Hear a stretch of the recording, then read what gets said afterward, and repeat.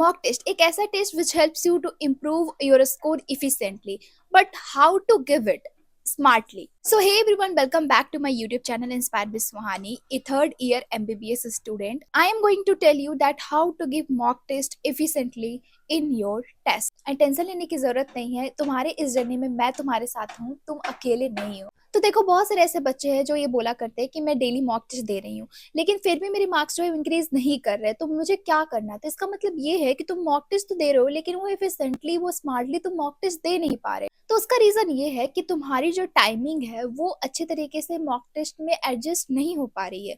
तुम subject wise जो है वो टाइमिंग नहीं दे पा रहे हो एफिशिएंटली।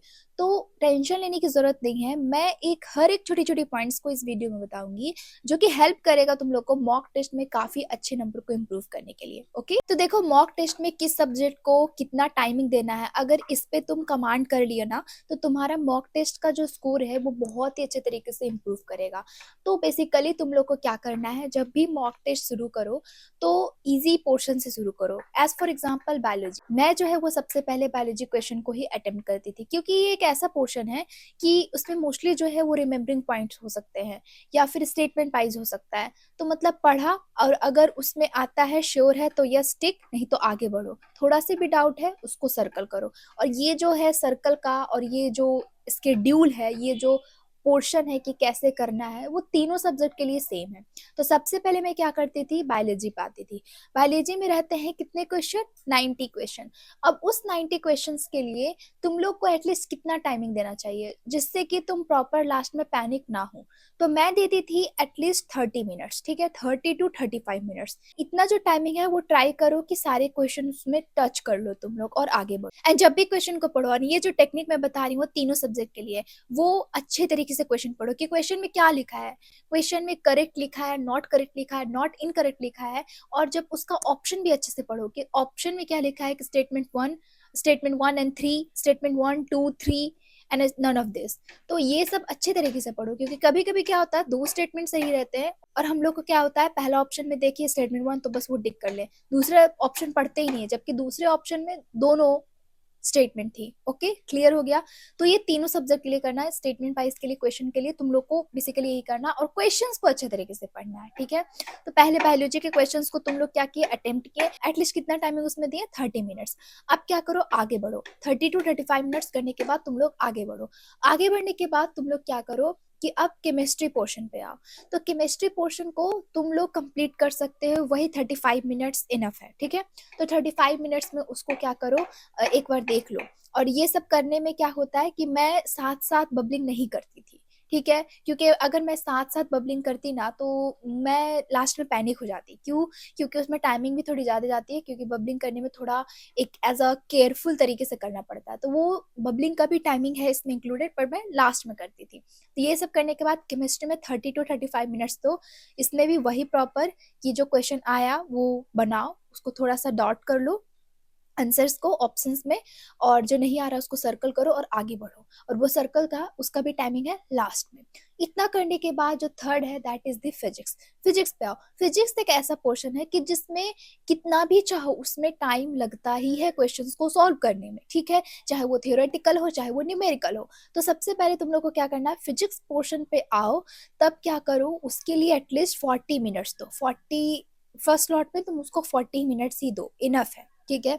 इतना करने के बाद ये सब क्वेश्चंस जो है वो तीनों हो चुके हैं। एक बार तुम लोग जो है वो सारे क्वेश्चंस को अच्छे तरीके से ओवरऑल देख चुके हो। अब तुमको क्या करना है, बबलिंग करना है। बबलिंग करने के लिए तुमको 10 to 15 मिनट्स देना है और उसको प्रॉपर अच्छे तरीके से बबलिंग करो। इन द सेंस कि कभी भी कोई जो ऑप्शन है वो ऊपर नीचे ना हो जाए। एक एक हाथ रख रख के क्या करो, बबलिंग करो, ठीक है?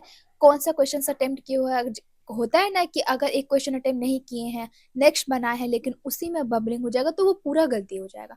ये नहीं करना। ये सब की जो प्रैक्टिस है वो तुम लोग तो अपने ऑफलाइन टेस्ट में घर पे तुम लोग कर चुके, तो इसमें तो मोस्टली लोगों की उतनी दिक्कत नहीं होती है। और जिसकी हो रही है, तुम लोग ये बात सुनो और अभी से अप्लाई करो। You have the capacity to do that. Okay, तो ये बबलिंग हो गया। बबलिंग करने के बाद अब क्या करो, तुम्हारा जो लास्ट पार्ट मतलब सेकेंड पार्ट, जिसमें तुम क्या करोगे, जो भी क्वेश्चन तुम सर्कल किए हुए, चाहे वो डाउट वाला हो चाहे वो थोड़ा सा कुछ याद नहीं आ रहा उसके कारण हो, या फिर तुम स्टेटमेंट वाइज देख के तुम उसको सॉल्व कर सकते हो, तो उसके लिए तुम क्या करो, इस पार्ट में तुम कर सकते हो। तो सबसे पहले बायोलॉजी पे आओ। बायोलॉजी पे आने के बाद तुम उसको 10 मिनट दो, और 10 मिनट में क्या करो, जो जो मार्क किया हुआ क्वेश्चन है उसको देखो, अगर आ रहा है तो उसी साथ उसी टाइम उसको क्या करो, बबलिंग कर दो। ठीक है, फिर आगे बढ़ो। और जब भी मॉक टेस्ट दो, ट्राई करो कि तुम नेगेटिव स्कोर ना करो, जो आ रहा है वही बनाओ, और इस तरीके से बनाओ कि तुम अपने सेफ जोन पे हो। ठीक है, अगर क्वेश्चंस का लेवल हार्ड है तो मतलब तुम जो क्वेश्चन आ रहा है तुम उसको बनाते जाओ, और थोड़ा सा और दिमाग लगाओ और उसको बनाओ, बट मेक श्योर कि ज्यादा नेगेटिव आया हुआ क्वेश्चन को ज्यादा नेगेटिव नहीं करो। अगर तुम नेगेटिविटी को कंट्रोल कर लोगे, नेगेटिव स्कोर को कंट्रोल कर लोगे ना, तो क्या करोगे ना, तुम्हारा सिलेक्शन हो जाएगा। क्योंकि अगर तुम 10 to 15 क्वेश्चन से अगर नेगेटिव कर लेते हो तो 15 मार्क्स घट जाएंगे। ठीक है, तो वैसा सर्किल किया हुआ अगर तुम श्योर है तो उसको करो। एक दो क्वेश्चन पे रिस्क ले सकते हो फॉर एवरी सब्जेक्ट, ठीक है, या एक क्वेश्चन पे फॉर ईच सब्जेक्ट। ठीक है, फिर उसके बाद केमिस्ट्री पे आओ। केमिस्ट्री पे भी जो भी तुम्हारे सर्कल जो किया हुआ क्वेश्चन है उसको तुम सॉल्व करने की कोशिश करो, और वो हो जाता है। ठीक है, फिर उसके बाद फिजिक्स पे 10 to 15 मिनट्स तुम्हारे बचेंगे। आराम से उसको सोचो, थोड़ा सा दिमाग में सोचो कि कौन सा कॉन्सेप्ट किधर जोड़ रहा है और कहाँ से ये लिंक हो सकता है, तो वो क्वेश्चन जरूर बनेगा। ठीक है, ये सब करने के बाद एफिशिएंटली ये बबलिंग करो, और लास्ट में तुम्हारे ये प्रॉपर टाइम मैनेजमेंट मैं तुमको बता रही हूँ, ये प्रॉपर टाइम मैनेजमेंट करने से तुम्हारे मार्क्स भी इंप्रूव होंगे, तुम्हारे नेगेटिव स्कोर भी कम होंगे, ये सब कुछ हो जाएगा। ठीक है, और सिली मिस्टेक्स बहुत ही कम करो। सिली मिस्टेक आराम से क्वेश्चन पढ़ो, हड़बड़ाने का कोई ज़रूरत नहीं है। अच्छे तरीके से क्वेश्चंस को पढ़ो कि जो फर्स्ट लेवल पे, जो फर्स्ट पार्ट पे तुम जो भी बबलिंग किए 10 to 15 मिनट्स में, वो एक ऐसा फेज होता है जिसमें कि तुम्हारा वो मार्किंग स्कोर बनता है। ठीक है, क्योंकि वही एक ऐसा फेज है जिसमें कि तुम एटलीस्ट 100 क्वेश्चन जो है वो बबलिंग कर चुके होते हो। ठीक है, या 100 या 120 क्वेश्चन बबलिंग कर चुके होते हैं, बाकी कुछ कुछ जो है वो तुम अपने अकॉर्डिंग उसको बबलिंग करते हो। ठीक है, तो ये जो है वो है कि स्मार्टली मॉक टेस्ट में टाइम मैनेजमेंट कैसे करना है, और सब क्वेश्चंस को कैसे किस तरीके से एक आराम लेवल से पढ़ना है, सो दैट कि तुम्हारे सिली मिस्टेक्स ना हो, और अच्छे तरीके से सोचना है सो दैट कि तुम्हारे कॉन्सेप्ट्स के कारण कोई भी गलती ना हो, और फॉर्मूला सही याद रखना है। तभी जाके ये सब इंटीग्रेटेड पार्ट है। रिवीजन, डेली का मॉक टेस्ट, सिली मिस्टेक्स को कंट्रोल करना, नेगेटिव स्कोर को कंट्रोल करना, कॉन्सेप्ट को अच्छे तरीके से समझना, न्यूमेरिकल को सॉल्व कर, ये सब को जब इंटीग्रेट करोगे ना, और मोस्ट इंपॉर्टेंट कि अपने आप को पॉजिटिव रखना, तब जाके क्या होगा, तुम्हारा स्कोर ऑब्वियसली इंक्रीज करेगा। तो ये कुछ स्मार्टली मॉक टेस्ट है जो जिस तरीके से तुम दे सकते हो, तो इसी तरीके से तुम दो। मैं तुमको इंश्योर करती हूँ तुम्हारे मार्क्स जो है वो जरूर इंप्रूव करेंगे। एंड ये जो मैं पैटर्न बता रही हूँ टाइम मैनेजमेंट का, वो रिसेंट नीट 2026 का पैटर्न, क्योंकि इसमें 180 क्वेश्चन हो चुके हैं, मेरे टाइम में 200 क्वेश्चन थे, तो उसके लिए भी लगभग उतनी ही टाइमिंग रहती है। तो जैसे जैसे तुम क्वेश्चन प्रैक्टिस करते हो ना, तो वैसे वैसे तुम उसके अकॉर्डिंग अडेप्ट हो जाते हो।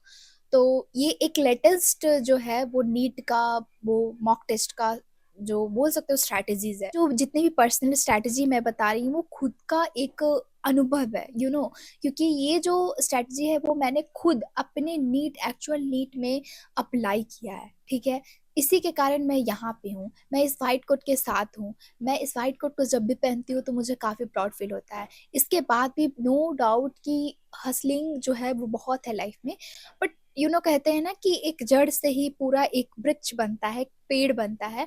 तो तुम उस जड़ को तो क्लियर कर लो ना, तब जाके तुम्हारी लाइफ जो है वो एक डायरेक्शन मिलेगा तुम लोग को, और तुम लोग को उसमें इंटरेस्ट और ज़्यादा इंक्रीज होगा, और जैसे जैसे आगे बढ़ोगे वैसे वैसे एक्सपीरियंस होगा, और लाइफ में बहुत कुछ सीखने को मिलेगा, और कभी भी हताश नहीं हो रहा है। और ये तो सोचना ही नहीं कि तुम फेलियर हो। ठीक है, तुम लाइफ में कर सकते हो, ट्रस्ट में तुम में ही एक कैपेसिटी है कि कर सकते हो। कभी दिमाग में भी नहीं लाओ 1% या 0.99% भी नहीं लाओ कि तुमसे नहीं हो पाएगा। तुमसे हो पाएगा, और तुम ही हो जो कर लोगे। ठीक है, सो यार that's it for this video. This is the, I hope ये जो मोटिवेशनल वीडियो जो है तुम लोग को पसंद आ रही होगी। और कुछ पूछना हो तो कमेंट जरूर करना, मैं रिप्लाई करूंगी। मैं सोच रही हूँ कि नेक्स्ट वीडियो ये बना दूँ कि कोई भी मॉक टेस्ट जब तुम देते हो तो उसको एनालाइज कैसे करें विद एफिशिएंटली, अच्छे तरीके से, कि जिससे कि तुम्हारे एक एक डाउट्स उसमें क्लियर हो जाए। सो यार that's it for this video. Please like, comment and subscribe to my YouTube channel. मिलती हूँ नेक्स्ट वीडियो में, इन्फॉर्मेटिव वीडियो में और मोटिवेशनल वीडियो में। Okay, bye.